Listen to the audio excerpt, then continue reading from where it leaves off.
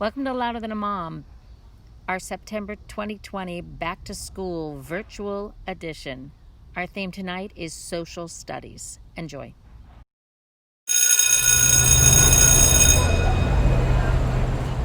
Welcome to Louder Than a Mom. Our first storyteller is a daytime nanny, a nighttime storyteller, and an all-time nerd. Please welcome Victoria Moltalbano. Yay. 12 years ago, I was sitting on the IKEA futon that was going to be my bed for the next 15 months. I was staring at the half wall that my new building manager insisted was a full kitchen, and I was sobbing. Because I just ended the only adult relationship I'd ever been in, but mostly because I just realized that I was about to go hungry. You see, I was completely broke, like negative bank account broke, and all I had to eat was ramen, the kind that has to be cooked on the stovetop, and none of the burners on my tiny new stove would light. The gas, which was included in the rent, had not been connected, and that same building manager who convinced me that half wall was a kitchen said that she couldn't get anyone out on the weekend to connect the gas. It was Saturday, so I was essentially without food for 2 days. Now, 3 years before that, I'd arrived in Chicago alone. I didn't know a single person in the city. Like every other 22-year-old idiot showing up in Chicago, I assumed that improv classes would be my ticket to stardom.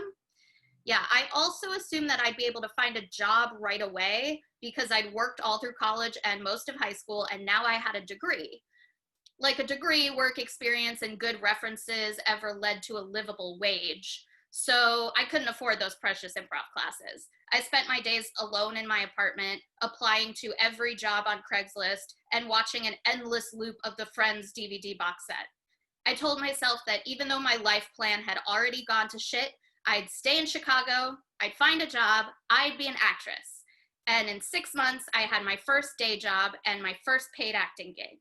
Now, if you're wondering how I made rent back then, my parents helped me. Yeah, nothing exciting or heroic, just plain old privilege, just like all your other friends from improv class. Now, at the end of those 6 months, I also found something that I hadn't really been looking for, and that was my first and only real adult relationship. We were together for 2.5 years, and it was really great for a while. I mean, there were little things about the other person that would annoy us. For example, it bothered him that I fell asleep with the TV on, and it bothered me that he kept comparing me to his mother. We loved each other anyway, until we didn't anymore, which is how I found myself sitting on that crappy futon, broke with no way to feed myself. So I thought about who I could call for help. I mean, my parents would help me again. They would not be happy about it, but they'd do it.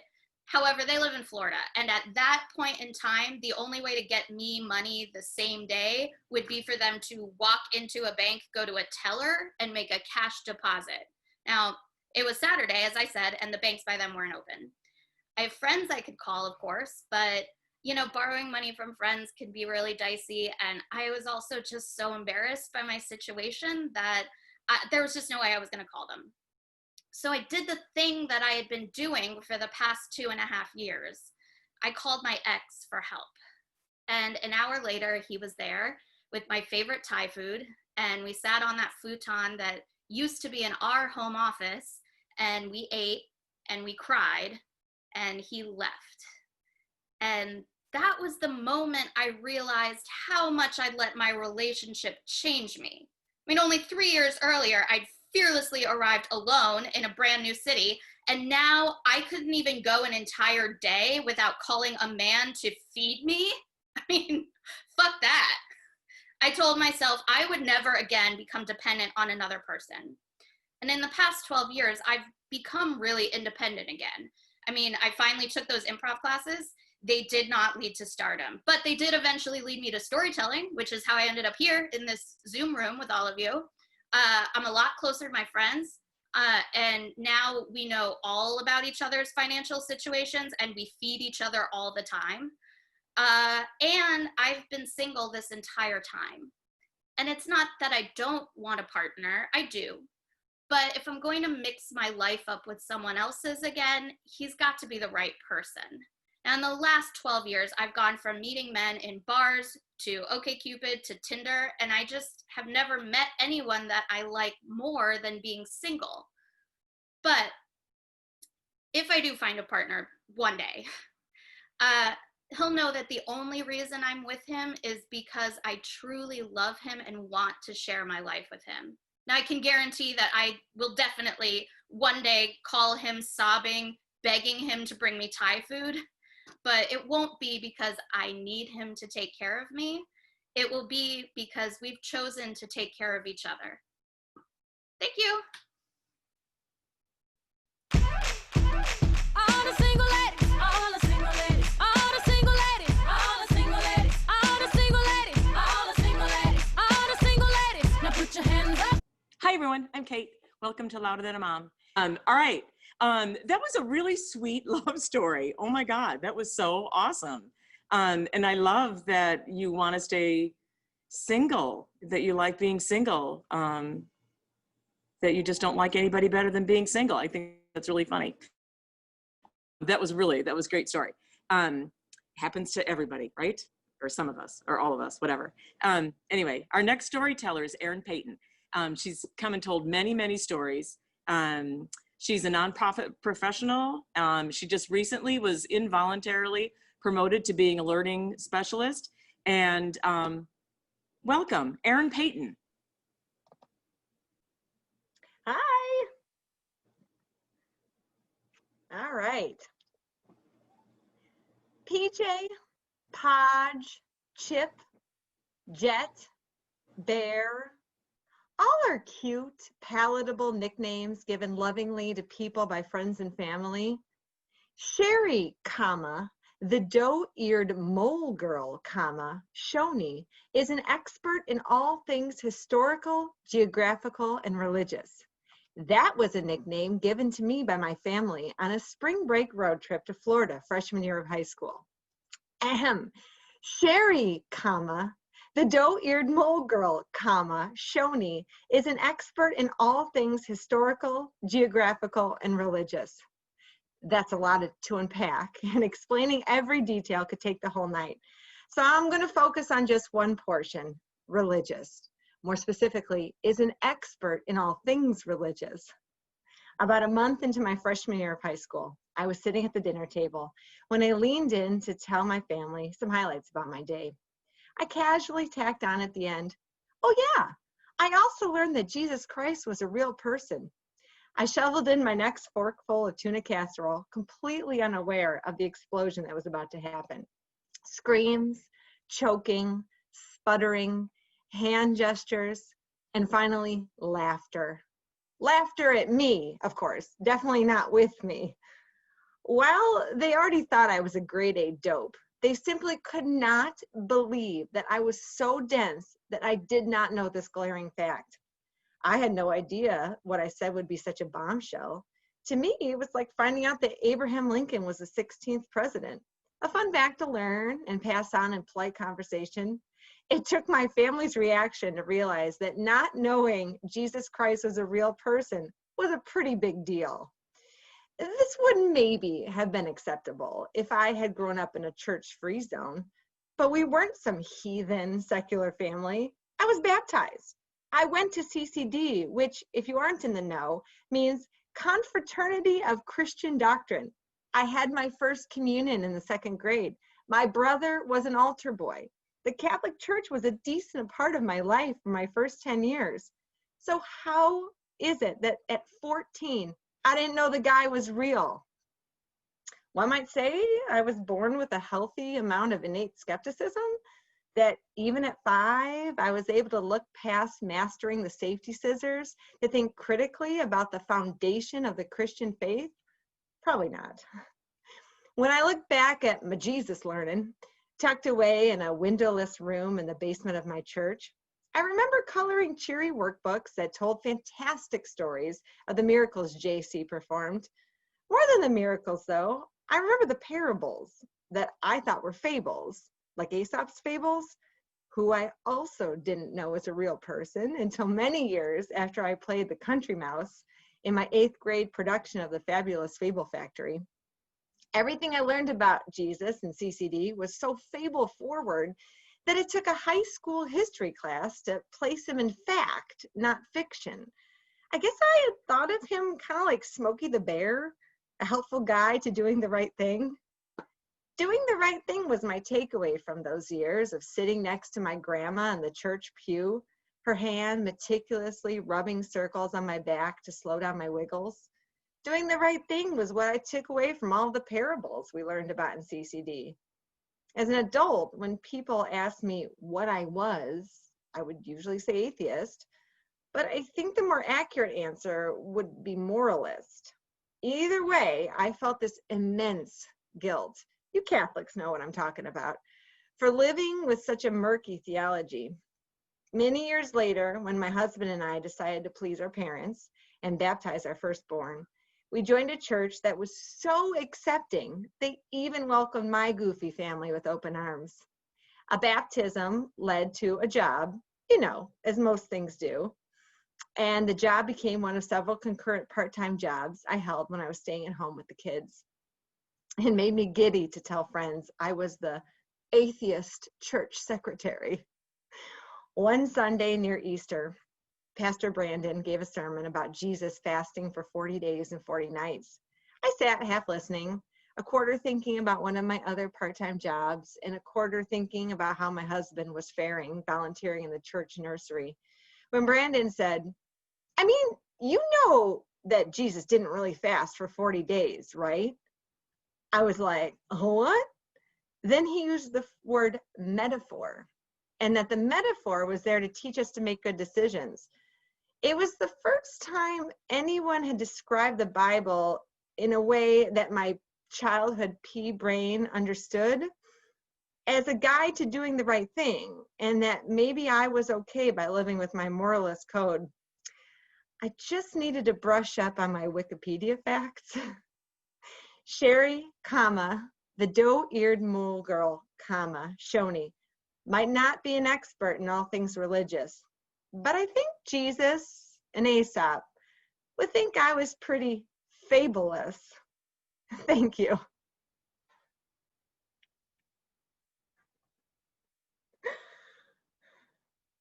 Yes, I know, for the Bible tells me so. Little ones to him belong. They are weak, but he is strong. Yes, Jesus loves me. Yes, Jesus loves me. Yes, Jesus loves me. The Bible. All right. A little boob shot there, just to keep things a little bit fancy. Awesome story, Erin Payton. Thanks for the spoiler that Jesus is alive. Now I don't have to read the whole book. Our next guest is he's coming to us from Los Angeles, California, from his kitchen, where he too has a very special guest. He was a Los Angeles, a unified school district teacher for 41 years. That's right, 41 years. And he just retired. And the first thing he did was tell a story on Louder Than a Mom. Pretty darn special.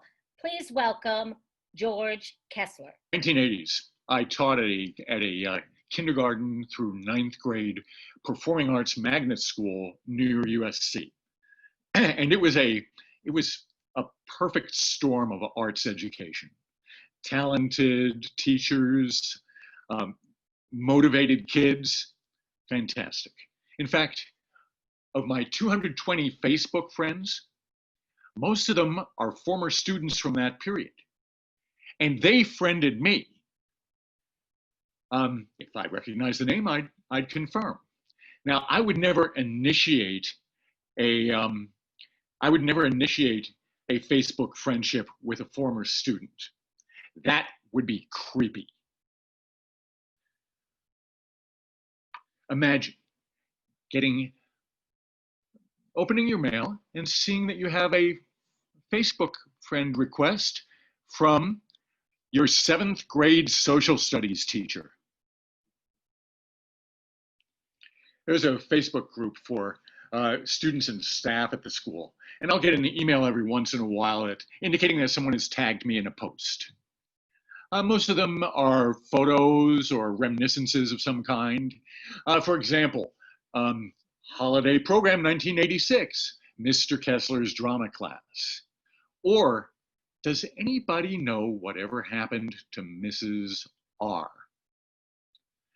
Now, recently, my former English and drama student, Adam, who is now a successful special effects camera owner-operator, posted a picture of the entire faculty from an old yearbook. And below that wrote, "All great teachers." After that, there were several other comments, all complimentary. And then I came to one from Marcos Ochoa. Marcos Ochoa. It sounds vaguely familiar, but I've had lots of Marcos in 41 years. So he wrote, "I hated Mr. Kessler." Wow, I thought. He remembers me after 35 years. I must have really had an influence. Now, no one really directly responded to Marcos. The next post was just kind of a palate cleanser. Good school, or great school, great teachers, great students. I considered responding to Marcos, but I don't think it's a good idea to communicate with an almost total stranger whose hatred for me has been festering for the last 35 years. But that leaves me with so many questions. I mean, what happened? What did I do? Why did he hate me? Did he fail my class? Was I unduly critical of him? Did I assign him detention? Chewing gum. I yelled at him for chewing gum. Well, wait a minute. I yelled at everybody for chewing gum, but only after giving them 2 nice warnings. Called his mom, confiscated his hat. I don't know. But if I'd done anything really bad, if I'd been a total asshole to him, I'm sure I would remember that. I just don't know. And there's one even more important question. Does he still hate me? Has his entire adult life, the entire landscape of his adult life, been despoiled by rancor? Or did he use his anger to motivate himself to succeed and become a happy and productive citizen? I don't know. But I do know that I made a difference. Now, there's a coda to this. After I finished the piece, I went to the 1985 yearbook and looked up Marcos.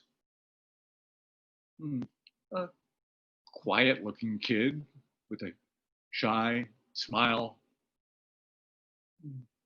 Nope, don't remember him.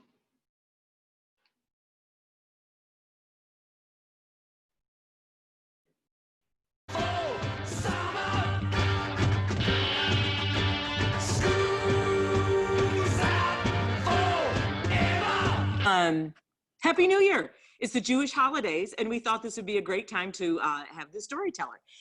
This is her first time telling with us. Her name is Erin Feldman Ornato. She's coming from Fairfield, Connecticut, and she's the founder. She's an improviser, a storyteller, and she's a founder of the Boulder Company. Anyway, welcome, Ellen. I'm sitting at the kitchen table doing my 6th grade homework. My mom is across the room at the counter in the kitchen with her back to me, chopping vegetables. The phone rings and Mom crosses the kitchen to pick up the receiver off the wall putting the receiver in between her shoulder and her ear as she walks back over to the counter, straightening the cord behind her so that she can resume chopping. I hear her say, oh, hello. What? What? No, of course I didn't know that. How many? Okay, we'll see you tomorrow at 4. Oh, you betcha. As my mom crosses back across the kitchen to hang up the phone, I look over at her and she's glaring at me. And I realize that the gig is up. I have to go to Hebrew school on Tuesdays and Thursdays after school, and then again on Sunday mornings from 9 to 12. I don't like Hebrew school. My sister Sharon got her bat mitzvah 4 years ago, and she got a set of Encyclopedia Britannicas because people give you money when you have a bat mitzvah. And then really it's the only thing motivating me because it's torture to prepare for my bat mitzvah. I used to go to a synagogue that had kids in it that I'd known since 3rd grade, close to my school, so we would go there right after school. Now my parents just recently have switched synagogues so that we're going to a place called Tikva Chadosha, which is at the end of our little subdivision right across the street. It works better for my dad because he can walk back and forth to synagogue on the high holidays, and he can be accessible to the people and the rabbi if they need him on a Wednesday night. My mom got out of carpooling and she got a part-time job with the rabbi. So this worked out really well for her. My older sister doesn't have to go to Hebrew school anymore because she completed her bat mitzvah. So I'm the only one who has to deal with the change. And here's the challenge. I had friends at the old place. I'd known them since 3rd grade, and I know no one at this new synagogue, and they've all known each other since 3rd grade. To make matters worse, I'm academically way behind them in terms of my preparation for my bat mitzvah. I have to memorize paragraph after paragraph of Hebrew prayers from the Torah. And at my other synagogue, it was just a little bit, and we all practiced together. Here, I have to stand up and recite passages in front of the whole class. And it's not going well. On Tuesdays and Thursdays, Mrs. Greenbaum is our teacher, and she's okay. She's actually pretty patient. And when I get up and I'm stammering and I can't get the words out correctly, she's patient. She notices. But what she doesn't notice is the little kids behind me who are poking me in the butt with their feet and making fun of me in low whispers and jeers. And she never corrects them because she's known them since 3rd grade. But the worst is Sunday. Because on Sunday morning from 9 to 12, I have to be in class with Mrs. Bodenheimer. She's the rabbi's wife. She speaks with a very heavy German accent. And when she speaks, I can't understand what she's saying. And when I make a mistake, she said, 9, 9, 9. And I get completely rattled and I can't even focus. And of course, all the kids laugh. And of course, she doesn't correct them either because she's known them since 3rd grade. So one Sunday morning I wake up and I'm on my way to synagogue and I'm just annoyed because my parents and my whole family is still sound asleep and I have to go. And as I get to the end of our little cul-de-sac and go to cross the road, I don't. I keep walking. And for the next 3 hours, I wander around our neighborhood. I wander up the side streets. I sit down by the little pond at the end of the street and throw grass in the water and watch the fish come to the surface. I basically putter around the neighborhood until it's time to go home. And when I walk in around noon, everybody's gathering in the kitchen in their pajamas to have breakfast, and they look up and say, hey, hi, join us. No, how was Sunday school? What did you learn? Ha, duly noted. The next week, I'm more strategic. I get some Oreos. I get my Archie comic books, and I go into the clubhouse next door. Our neighbors had a little 2-story clubhouse in their backyard, the Mancinis, and I go into the 2nd story of the clubhouse where nobody can see me, and for 3 hours, I sit there and I nosh on my Oreos, and I read through my comic books, and I do a little more wandering around the neighborhood, and then I go home at noon. On week 3 of my premeditated Hebrew school truancy, I go back to the clubhouse, grab a fishing pole and some worms that I dug up the night before, and I go fishing in the pond in the neighborhood. I take my socks and shoes off, I go wading in the brook, I look for some crayfish. I spend the 3 hours, I come in the house. Nobody's the wiser, except I've been caught. And now I'm wedged into a guilt sandwich between my mother and the rabbi. And he's alternately telling me how bad it is that I've been lying to my parents and that I've skipped school. And then he's threatening me and telling me I'm never going to make my bat mitzvah in time, and I'm going to have to make up all of the 10 hours that I missed in classes in one-on-one tutoring with his wife. Something snapped. I didn't say anything directly to the rabbi because I respect him too much, and I wasn't really that kind of kid to talk back.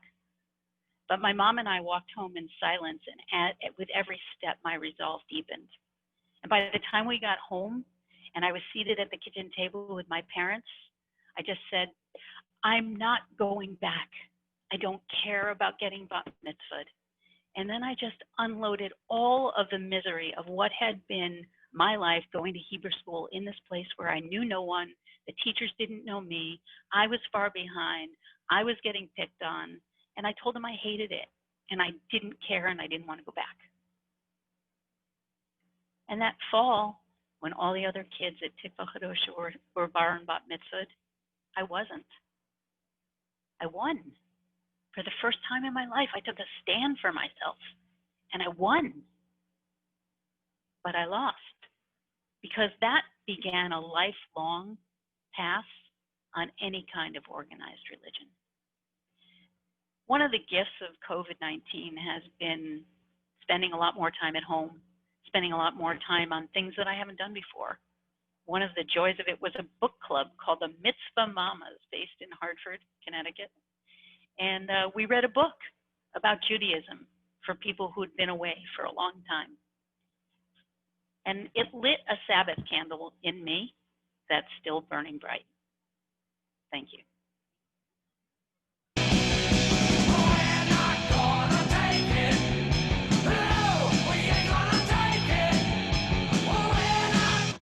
So great. They love your German accent. Ooh, and I said like in a Russian accent. Oh, terrible. All right. Our next storyteller, I'm so happy to have her here. I've been trying to get her to come and tell a story for a while. She's from Quincy, Illinois. She is an improviser and the artistic director of the Fanatic Salon in Culver City. She lives in Venice, California now. And she's an actress that has been in a ton of movies. Recently, she was in a Steven Soderbergh and Meryl Streep movie called The Laundromat, in which she should have been a better swimmer. Please welcome Jane Morris. Oh, wait. Oh, I'm sorry. She isn't here. In her place, though, is Dr. Rudy Nora. Please welcome. Distinguished colleagues, I thank you for your kind attention to my scientific theory on aging. As with many noted discoveries, mine began with a bit of serendipity, not unlike that of Sir Isaac Newton when an apple fell on his head, or that of Euripides in his famous eureka moment in his own tub. My theory came to me in just such a sudden burst as I was watching the movie Battlefield Earth, starring John Travolta, with my then teenage son. Immobilized by the drivel before us, my son suddenly sat up and, noting Mr. Travolta, shouted, "That guy has a whole new head." Eureka indeed, for we none of us grow older. We just keep getting a new head. In early life, new head development is very rapid. From birth to 1 year, a child will develop a new head once a month. From 1 year to age 20, a child will develop a new head once a year. You have empirical proof of this in your own purse or wallet. You purchase a new photograph of your child every year. Why purchase a new photograph of your child every year? Because every year your child gets a new head. After age 20, new head growth deaccelerates to a once in every 10-year crawl. A lucky girl may keep her 20-year-old head well into her 30s if she avoids alcohol, cigarettes, and personal tragedy. The same girl may keep her 30-year-old head well into her 40s if she avoids tanning beds and methamphetamine. But, as evidenced by the massive head growth of Mr. Travolta, one day your head will indeed turn 40. New head growth suddenly reaccelerates when you least desire it to do so. New heads come in big, ugly chunks at this point. So startling a change that your friends are secretly stifling screams when they see you. Lines, wrinkles, jowls, gray hairs all appear literally overnight. Your nose and ears keep growing and your face shrivels in between.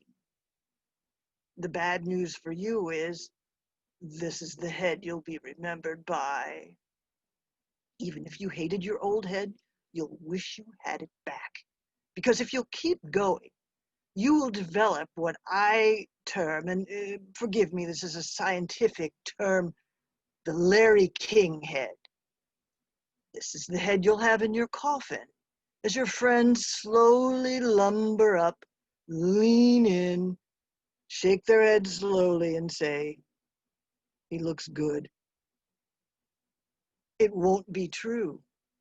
And worst of all for you, as you grow one ghastly new head on top of another, you will be just as you are or were at age 35.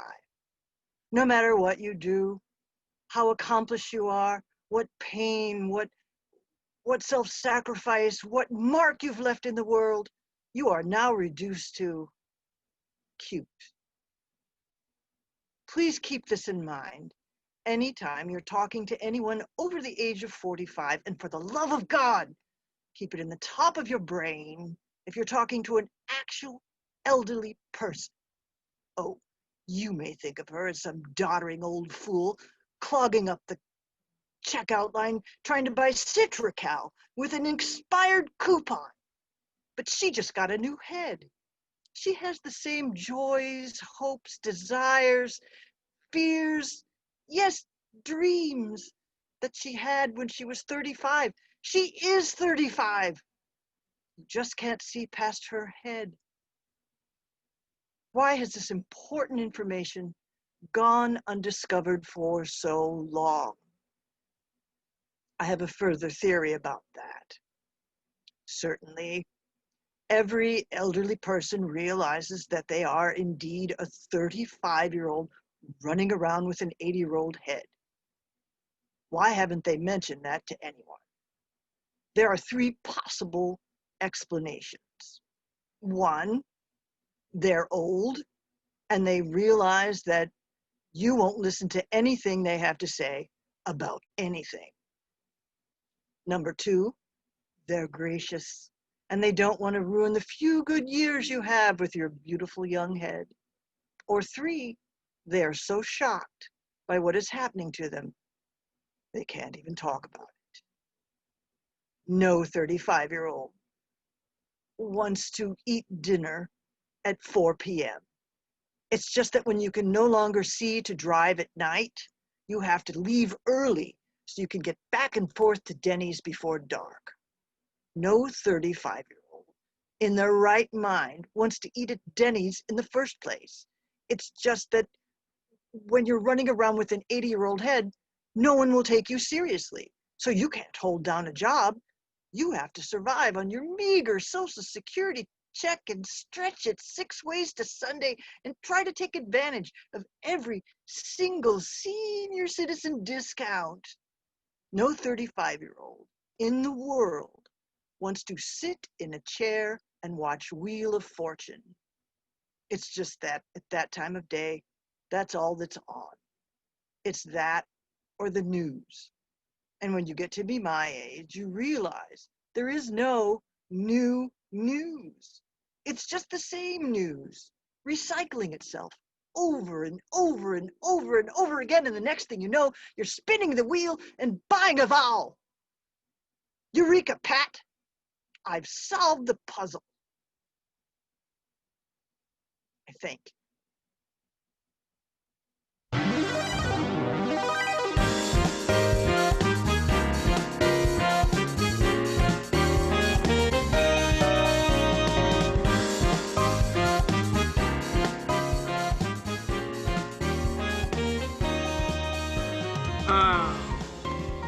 Doctor, I'm sorry, I forgot your last name. Doctor, that was just brilliant, brilliant research, brilliant presentation. We absolutely loved it. I think I've got a new head. How does it look? I'm pretty happy with it. Jane, that was really, really, you're hilarious. I want to hear another one of your stories. All right, people, we're on to our last storyteller. Our last storyteller? Yeah, our last one. Nestor Gomez, he's from Guatemala. He came here in the mid-'80s, undocumented. Since then, he has shared all of his amazing stories of his life, of his ideas, of his crazy head, because I think he got a new head tonight too. He's won like 60 Moth slams, like 30 grand slams from the Moth. And now he has his own storytelling event called 80 Minutes Around the World. And it features immigrants, refugees, all of their stories. He is just absolutely brilliant. He just wrote a book. We're going to talk about that after he tells his story. Nestor Gomez. I made my way late one night to pick up a passenger. There was a group of about 6 guys at the exit of a bar. I wondered if my passenger was among them. I hope he doesn't try to bring the whole group in my car, I told myself. This ain't no clown car. My mind drifted back to the first day as a ride-sharing driver. I was given a training session by an experienced driver. He told me how to use the application and to be aware that I would be rated by my passengers on my driver's performance. He also warned me to never let too many people ride in my car. You can get pulled over and get a ticket, he has said to me. Let them know they all have to have the seatbelts on. But as a driver, I quickly learned that some people didn't care about safety, especially drunk people. I had to refuse to start the car until they let some people out, or until they canceled the ride and ordered a bigger vehicle. Suddenly, I heard someone knocking on my car window. It was my passenger. He was alone, but he was obviously very drunk. He sat in the back seat, and as soon as he sat, he made a noise as if he was about to puke. If someone pukes in your car, the instructor had told me, make sure to take a picture of them and of the damage so you can charge them for a $300 cleaning fee. I got my phone ready just in case I had to take a picture. But at the last minute, the passenger opened the door and puked on the sidewalk. The application told me where the passenger was going, but I asked him, yes, to be sure. Always, always, always double check the destination address, my instructor had told me, especially if they are drunk. You don't want to drive them to the wrong place and then have them blame you for it. My passenger said as an affirmation when I asked him for his address. I started driving. Soon, I heard him snoring in the back seat. If your passenger ever falls asleep, my instructor had told me, don't take them for a longer ride that they need. They can always check the route you took in their application the next day. And how do I wake them up? I asked him. Can I shake them or poke them? Only if you want to be sued, he had answered. You just have to talk to them and give them a few minutes to wake up. But I have been driving for a while now, and I knew that talking never woke the drunk, sleeping passengers. So as I got my drunk passenger to his destination, I parked the car, turned my radio on, and raised the volume all the way up. The passenger sat up and looked around a bit confused. We are here, I say. I thought that if my instructor could see me now, he would be so proud of me. Just then, my passenger got out of my car into the cold winter day. He took a few drunk steps and fell face first into a bank of snow on the sidewalk. My first instinct was to drive away. You are never supposed to touch them, I heard myself thinking as I got out of the car to help the guy. Against my better judgment, I grabbed him by his coat and helped him up. He leaned against my body to keep from falling. The thing you did with the radio to wake me up, he said, that was a nice trick. What are you talking about? I asked. I didn't teach you that, he said with a drunk smile. I looked at him in shock. Don't you recognize me? He asked. I'm your instructor. It was true. I got to tell you, he added, you have come a long way. Thanks, I say. But let's worry about you right now. Can you make it all the way to your house? He shook his head. No. So I helped him get to his door. I stood there as he tried in vain to use his keys. Finally, I took the keys from him and I opened the door myself. The door opened to a flight of stairs. I live in the second floor, he said, but I don't think I can make it all the way up the stairs on my own. He leaned heavily on me as I helped him up the stairs.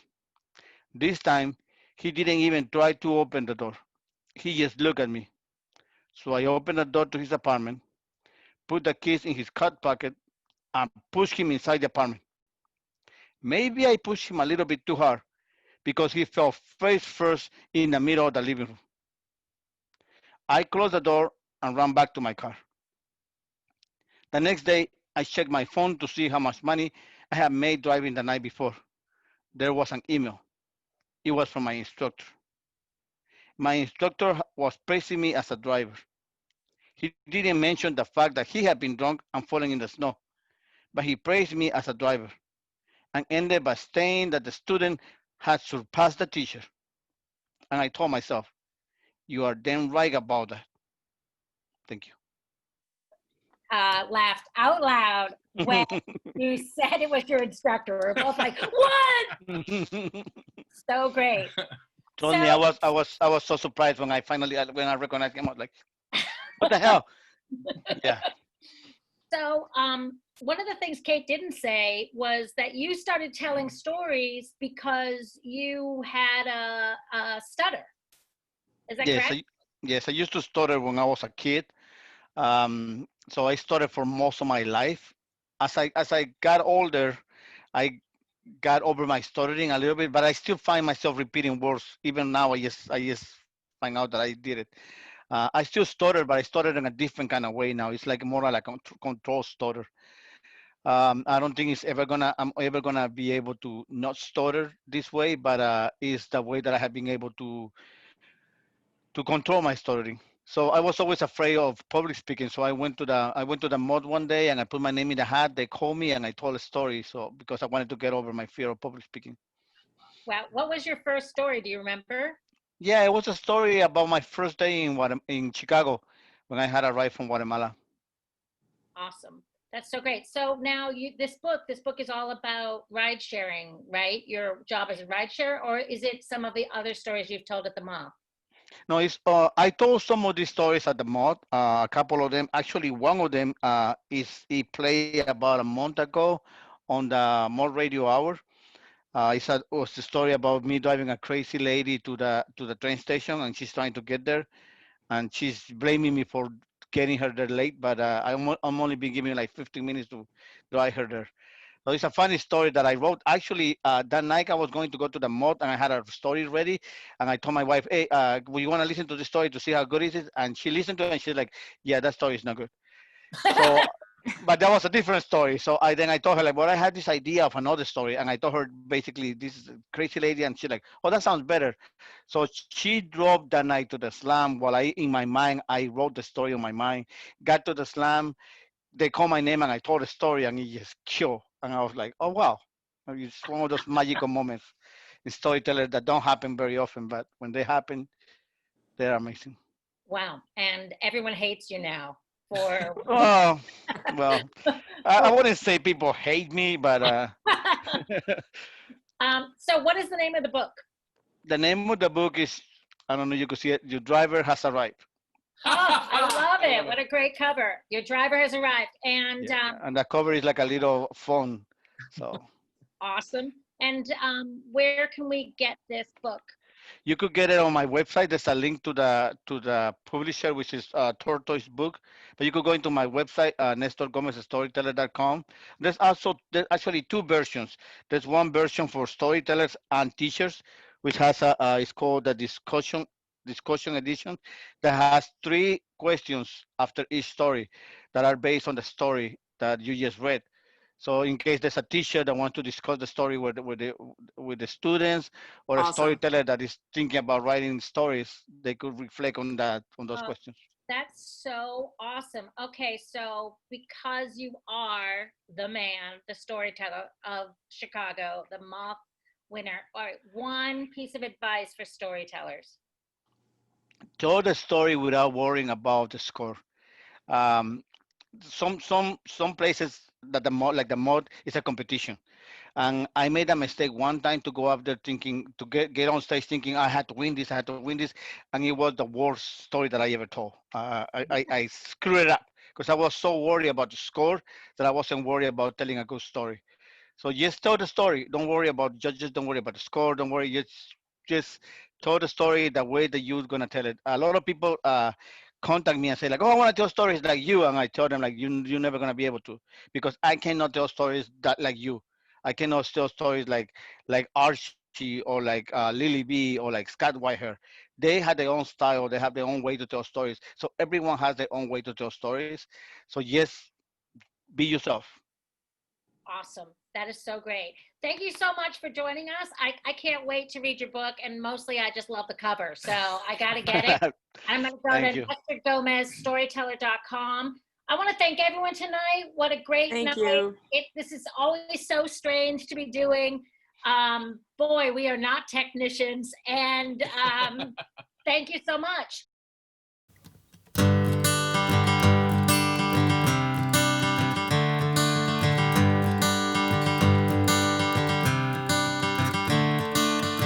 Another turning point, a fork stuck in the road. Time grabs you by the wrist, directs you where to go. So make the best of this test and don't ask why. It's not a question but a lesson learned in time. It's something unpredictable, but in the end is right. I hope you had the time of your life.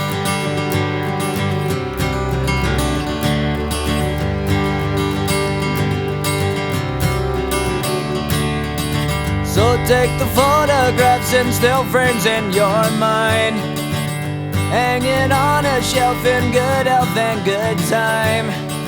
Tattoos of memories and dead skin on trial.